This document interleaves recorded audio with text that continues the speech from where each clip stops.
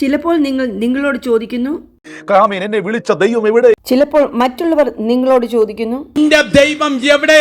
എന്തു തന്നെയായാലും ദൈവത്തിന്റെ ഉത്തരം ഒന്നു മാത്രം. ഞാൻ ഇവിടെ തന്നെയുണ്ട്. ഏതവസ്ഥയിലും ഒന്നു മാത്രം വിശ്വസിക്കുക. ഞാൻ വിശ്വസിക്കുന്ന ദൈവം എന്നെ ചതിക്കില്ല. ഞാൻ വിശ്വസിക്കുന്ന ദൈവം എന്നെ കൈവിടില്ല. Every sacrifice that you make for Jesus, God is not ignoring them. God will repay you for the sacrifices that you have made. He is a God who will reward.